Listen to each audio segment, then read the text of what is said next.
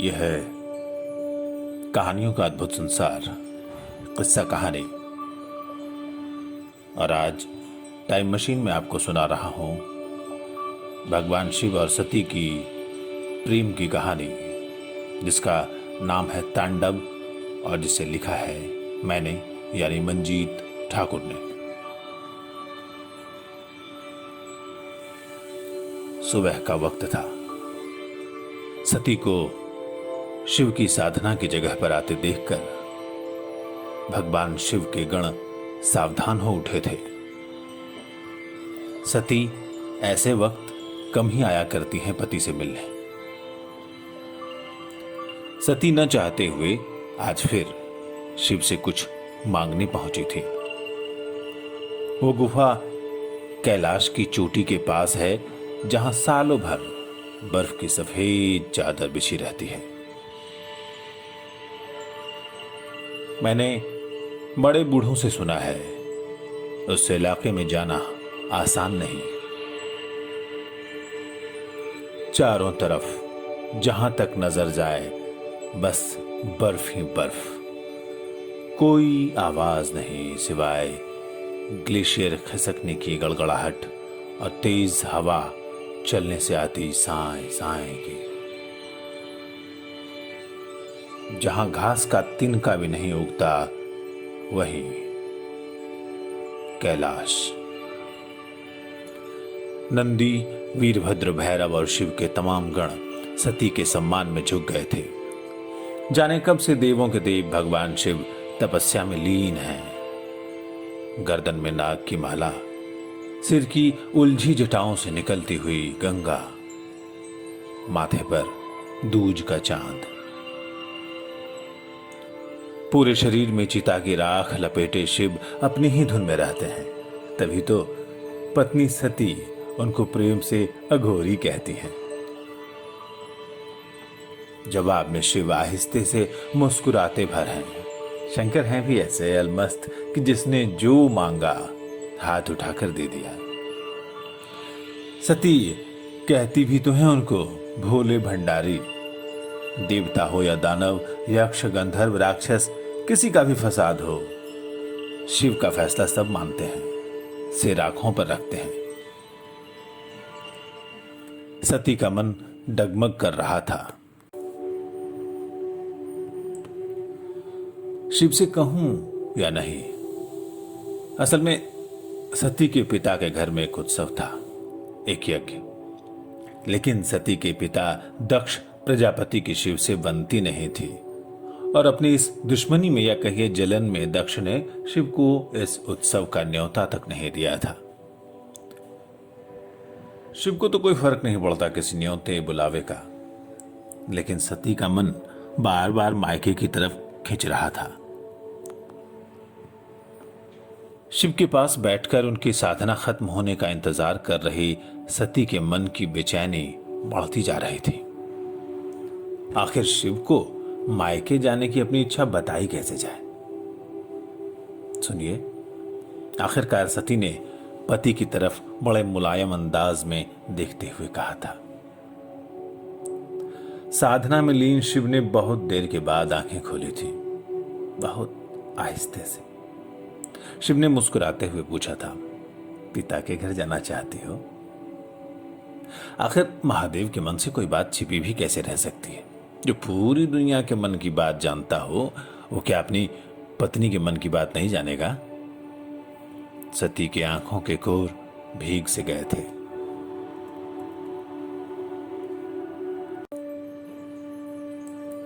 शिव फिर मुस्कुराए। मायके जाना तो हर स्त्री को अच्छा लगता है देवी, लेकिन बिना बुलाए जाओगी? आपको तो पता ही है, आपके पिता ने हमें नहीं बुलाया है। शिव के चेहरे पर अभी भी मुस्कुराहट थी। महादेव, बेटी को क्या मायके जाने के लिए बुलावे का इंतजार करना चाहिए? सती ने तर्क दिया था। महादेव कुछ बोले तो नहीं, लेकिन उनके चेहरे से लग रहा था वो सती की इच्छा से सहमत नहीं है। सती का मन रोने को हो आया।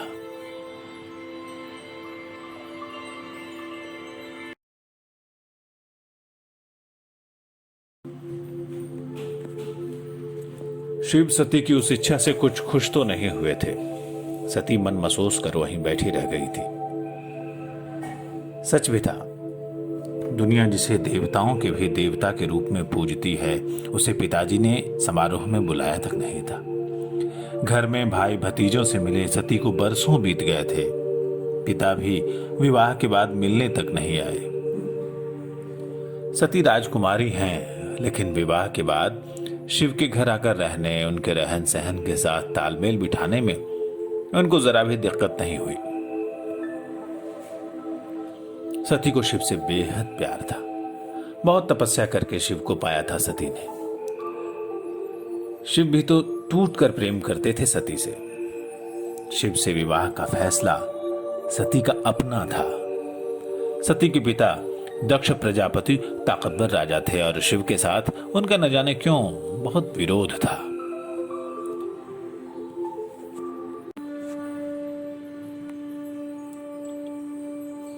हर पिता की तरह दक्ष प्रजापति का भी सपना था बिटिया का ब्याह किसी बड़े घराने में हो, लेकिन सती थी कि मानती ही नहीं थी।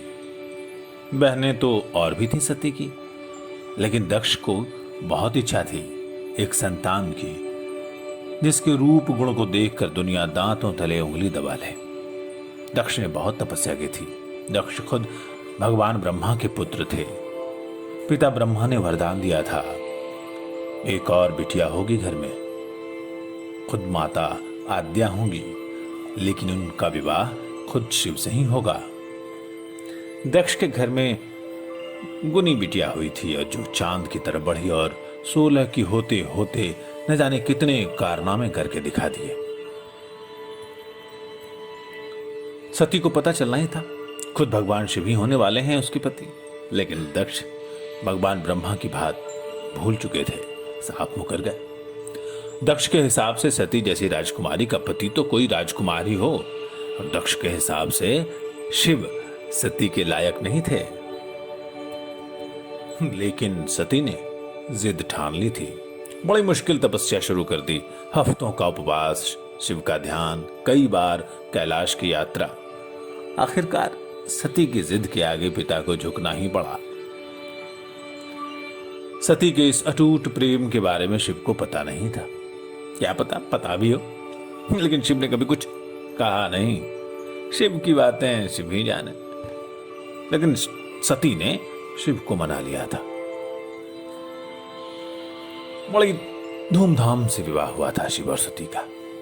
आज सती का मन मचल रहा है। पिता यज्ञ करने वाले हैं, बहुत बड़ा आयोजन है, और वैसे उत्सव में सती न जाए। दुखी सती सर झुकाए वहीं बैठी रही। शिव ने आंखें खोली तो सती को देखा। सती एक बार फिर जिद कर रही थी। इस बार मायके जाने की जिद। महादेव मान गए। अपने प्रिय लोगों की जिद मान लेना ही तो शिव को महादेव, भोलेनाथ, बम भोले बनाता है। सती ने मायके जाने की तैयारियां शुरू कर दी।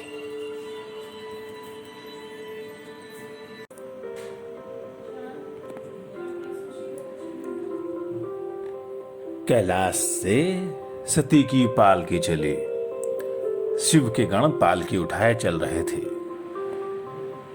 बीसे के गण पूरे हथियारों के साथ चल रहे थे।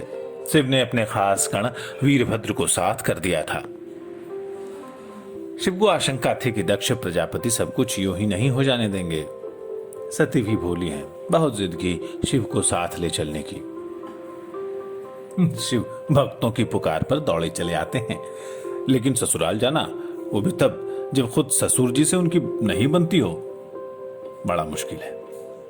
यज्ञ में शामिल होने जा रहे कई देवता भी घबराए हुए शिव के पास आए थे। महादेव, आपके बिना हम कैसे जाएं? भगवान ब्रह्मा के दाहिने अंगूठे से पैदा हुए दक्ष प्रजापति की भी अपनी साख थी। देवताओं को तो जाना ही था। कुछ लोग शिव को बताकर गए, कुछ बिना बताए, कुछ लोग गए भी नहीं। सती मायके पहुंची तो दक्ष प्रजापति और सती की बहनों को कोई खास खुशी नहीं हुई थी। सती को देखकर खुश तो बस एक ही हुई थी, सती की मां तो सती के गले लगकर फूट फूट कर रोई थी। कैलाश जैसे कठिन जगह पर दामाद जी के साथ कैसे जिंदगी बिता रही है बिटिया। सती खुश थी। वीरभद्र गणों के साथ बाहर दालान में सुस्ताने चले गए थे। दक्ष के पूरे राज्य में खुशी का माहौल था। सड़कों पर मेला लगा था। रंग बिरंगे कपड़े पहने लोग बताशे जलेबियां खरीदकर पत्तों से बने दोने में खा रहे थे। मेहमानों का आना जाना लगा था और सड़कों के किनारे बने मकानों की अटारियों से औरतें आने वालों को झांक झांक कर देख रही थी। सती ने महल के झरोखे से देखा। पिता के राज्य की प्रजा सुखी थी। महादेव ने कई बार इस राज्य के किसानों को अच्छी सलाहें दी थी। महादेव खुद पशुपालन के बहुत बड़े जानकार हैं। पहले खेती में लोग पशुओं का इस्तेमाल नहीं करते थे। ये तरीका तो महादेव ने ही बताया है इन सबको। गाय के गोबर को खेत में डालने से खेत उपजाऊ हो जाते हैं। पूरे उत्तरी भारत के किसानों ने शिव जी की सलाह से अपनी पैदावार दोगुनी कर ली है और उनमें दक्ष के राज्य के लोग भी हैं। राज्य के लोग महादेव को पशुपतिनाथ भी कहने लगे हैं और जड़ी बूटियों की जानकारी और उनसे इलाज कराने की विधि से रुद्र कहे जाने लगे हैं शिव। एक तरह से सती के मायके के लोगों में भी शिव जी की पूजा होने लगी और सब कह रहे हैं कि शिव जी की इस जानकारी को पढ़े लिखे लोग आने वाली पीढ़ियों के लिए 5वें वेद के रूप में आयुर्वेद बनाकर सुरक्षित रखेंगे। पति की खूबियों के बारे में सोच सोचकर सती का चेहरा दमक उठा था। जनता में तो इतना सम्मान है शिव का, लेकिन पता नहीं क्यों शिव जी से पिताजी को चिढ़ है। अब चाहे जितना चढ़े पिता, लेकिन यही तो खूबियां हैं उनके शिव में। सती को अपने पति पर गर्व था। प्यार तो खैर अथाह था ही। सती ने मन में ठान लिया कि आज वो पिता को मनाने की कोशिश करेगी और शिव और उनके बीच ठनी हुई रार को मिटा देगी। सती उठी और आंगन की तरफ चल दी। सती ने देखा यज्ञ शुरू होने ही वाला था। मंगलवाद्य बजने लगे थे। सती की मां पीले कपड़ों में थी और यज्ञ के इंतजामों में व्यस्त। चहल पहल बढ़ गई थी। ऋषि मुनि आ चुके थे। मंडप में अग्निहोत्र के लिए समिधा रगड़ी जाने लगी। आपको बताते चलें कि यज्ञ में हवन की जो आग होती थी, वेदों में उसे अग्निहोत्र कहा गया है और इस आग को जलाने के लिए इस्तेमाल की जाने वाली पवित्र लकड़ियां समिधा कही जाती हैं। दक्ष प्रजापति के यहाँ का यज्ञ कुंड भी इतना बड़ा था कि हाथी भी अंदर चला जाए तो हवन की उन लपटों में भस्म हो जाए। यज्ञ के धुएं से आसपास का वातावरण पवित्र होने लगा। सामवेद गाने वाले ऋषि ऊंची आवाज और लय में वैदिक ऋचाएं गाने लगे थे। स्वस्ति नो इंद्रो वृद्धश्रवाः स्वस्ति नो पूषां विश्ववेदाः। स्वरों का ऐसा उतार चढ़ाव, एक साथ निकलती ध्वनियां, ऐसा सुर, वो भी बिना किसी गाजे बाजे के। जो भी सुनता था रोम रोम खड़े हो जाते थे। यज्ञ वेदी के पास खड़े थे दक्ष प्रजापति। सती पास पहुंची तो मुस्कुराई थी। दक्ष ने बड़े गर्व से अपने यज्ञ और मेहमानों की बढ़ती गिनती के बारे में इशारा किया था। पिता की बढ़ती इज्जत किस बेटी को अच्छी नहीं लगती, लेकिन पति का सम्मान भी हर पत्नी के लिए उतना ही अहम होता है। पिताजी, आपने महादेव को क्यों नहीं बुलाया? और यहाँ हर देवता के लिए बलि का हिस्सा है, सौगात का हिस्सा है, शिव के लिए क्यों नहीं? आप जानते हैं ना, शिव के बिना कोई उत्सव, कोई आयोजन अधूरा ही है। सती का सीधा प्रश्न था जिसका शायद सीधा उत्तर दिया जा सकता था, लेकिन दक्ष गुस्से से लाल हो उठे। उस पाखंडी अघोरी का पक्ष मत लो सती। यह उत्सव मैं बिना शिव के ही सफल बनाऊंगा। दक्ष ने इसके बाद बहुत कुछ कहा था, जिसका मतलब था शिव देवताओं के समाज में रहने के लायक नहीं और इसलिए उनको इतने बड़े आयोजन में बुलाने का कोई मतलब नहीं। दक्ष ने देवताओं के लगदग कपड़ों, उनके सुगंधित तेल फुलेल और कीमती गहनों का हवाला दिया था। दक्ष की राय में कोई देवता वर्षा का है, कोई हवा का, कोई समुद्र का देवता है तो कोई युद्ध का। ऐसा कौन सा गुण है शिव में कि उसे इन सब के बराबर जगह दी जाए? शिव खुद तो बाघ की खाल पहनता ही है, तुम्हें भी उसने यही पहनने को दिया है। दक्ष प्रजापति एक सांस में कह गए थे। ऊंट में खड़ी सती की बहनें भी हंस पड़ी थी। सती का चेहरा गुस्से और अपमान से लाल पड़ता चला गया था। उसके खुद के पिता ने त्यागी, सहनशील, सबसे प्रेम करने वाले शिव को, जो सिर्फ सती का पति ही नहीं दक्ष के दामाद भी हैं, पाखंडी कहा। सती के जबड़े क्रोध से भिजते चले गए। सारे देवताओं का ध्यान अब सती की तरफ चला गया और सबके मन में एक अनिष्ट की आशंका घर कर गई थी।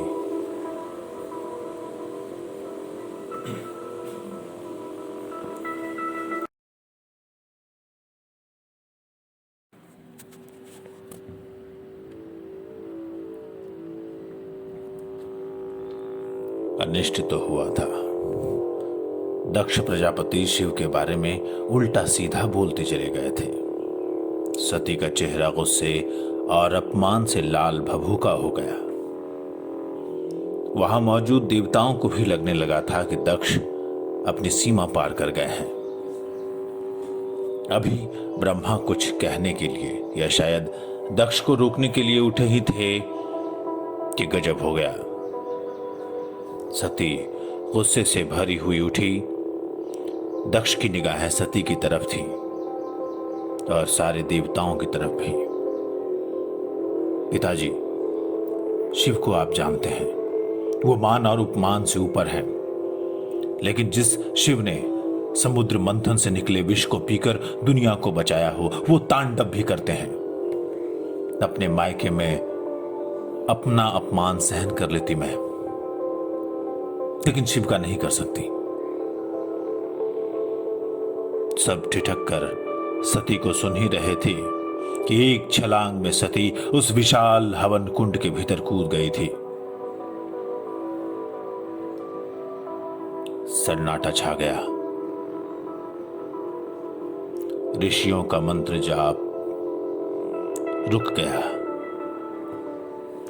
मंडप के किनारे बज रही वीणाओं की झनकार थम गई। लोगों की मानो सांस रुक गई। सूरज की रोशनी का तेज खत्म हो गया। हवा भी स्थिर हो गई। दक्ष को काटो तो खून नहीं। वो शिव के विरोधी तो थे, लेकिन उनकी अपनी ही बेटी उनकी दुश्मनी की बलि चढ़ गई थी। सती की मां आंगन में पछाड़े खा खा कर रोने लगी थी।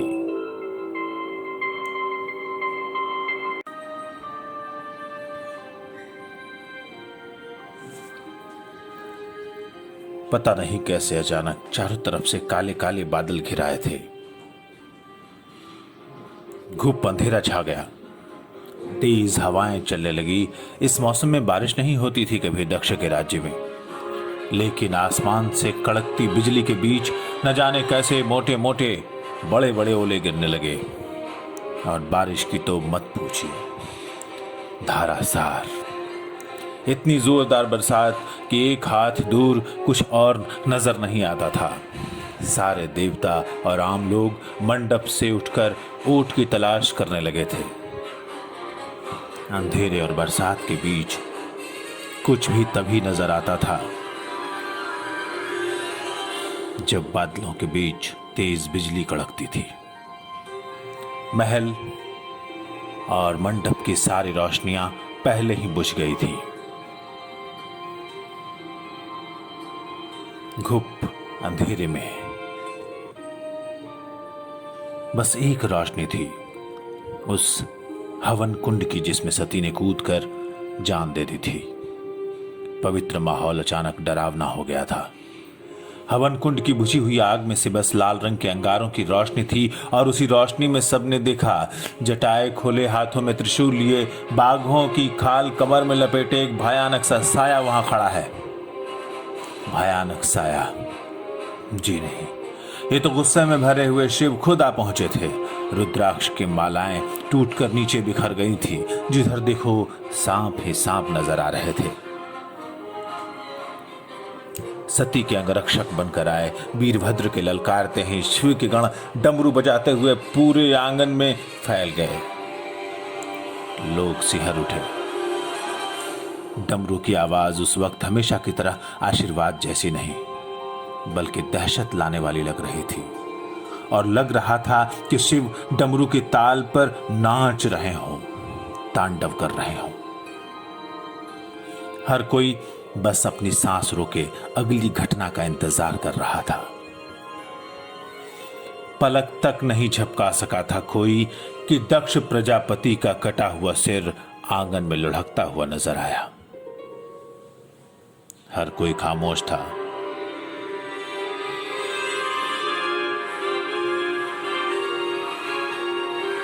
सब जानते थे कि गलती दक्ष की थी।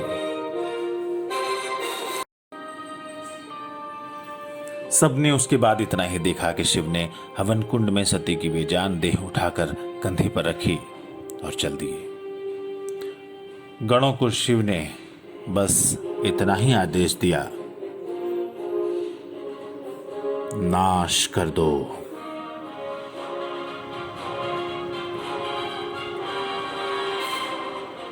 शिव का आदेश था नाश कर दो। बस उसके बाद तो नाश की शुरुआत हो गई। दक्ष के राज्य पर टिड्डियों का हमला हुआ और अनगिनत टिड्डियों के झुंड ने राज्य की सारी फसल चौपट कर दी। टिड्डियों के झुंड सूखी घास तक खा गए। नदियों तालाबों का पानी गर्म होकर उबलने लगा और सारी मछलियां मरकर सतह पर उतराने लगी। मेढक और दादुर पूरे शहर में निकल आए। सारे शहर में नाना किस्म की बीमारियां फैल गईं। नदियों में बाढ़ का कहर आ गया। खासकर गंगा तो लगता था अपना विकराल रूप दिखा रही हो।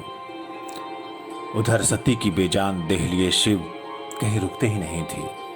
बेचैन से पर्वत पर्वत घाटी घाटी घूम रहे थे। सती के जाने के बाद से चांद डर से कभी आसमान में निकला ही नहीं। सूरज निकलता तो सहमा हुआ। देवताओं में चिंता की लहर फैल गई।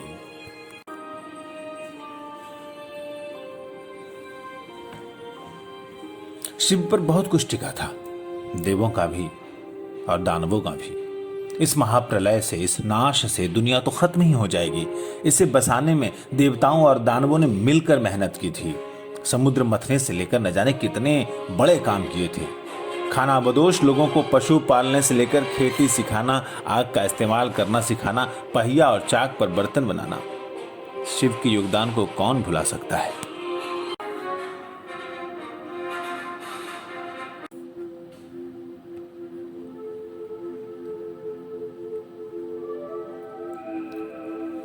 तो सवाल था कि नाराज गुस्सैल शिव को कैसे मनाया जाए। देव दानव यक्ष गंधर्व सब पहुंचे थे भगवान विष्णु के पास। सबको पता था कि भोले भंडारे शिव भगवान विष्णु का बेहद सम्मान करते थे। शायद उनका कहा न टालें। शेषनाग की शैया पर लेटे भगवान विष्णु को सारी बातें पता तो थी। वो भी चिंता में डूबे थे। बस उन्होंने देवताओं को ढाढ़स बंधाया और इतना ही कहा, चिंता मत करिए, कुछ उपाय करता हूं।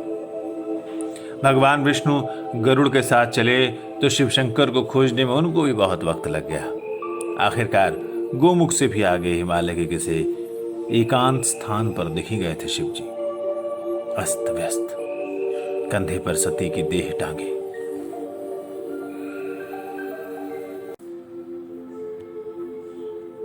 भगवान विष्णु ने बेसुध से शिव को देखा तो उन्हें बहुत दुख हुआ। वो देवों के देव महादेव जिन्होंने कामदेव को भी जीत लिया, वह कैसे सुध-बुध खोए सती की मौत के आगे हारे हुए लग रहे हैं।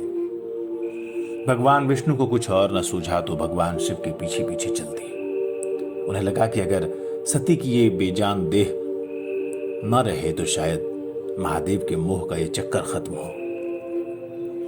सुदर्शन चक्र से एक एक कर भगवान विष्णु ने सती की देह के टुकड़े करने शुरू कर दिए। बेखबर शिव चलते रहे। आखिरकार सती की ये पार्थिव देह खत्म हो गई। कहा जाता है कि सती की देह के 51 टुकड़े हुए थे जो भारत के विभिन्न स्थानों पर गिरे और आज भी उन जगहों पर शक्तिपीठ बन गया है। इसकी एक मिसाल है गुवाहाटी में कामाख्या का मंदिर। चाहे सती की देह खत्म हो गई हो, लेकिन शिव और सती का प्रेम दुनिया भर में एक मिसाल बनकर आज भी मौजूद है।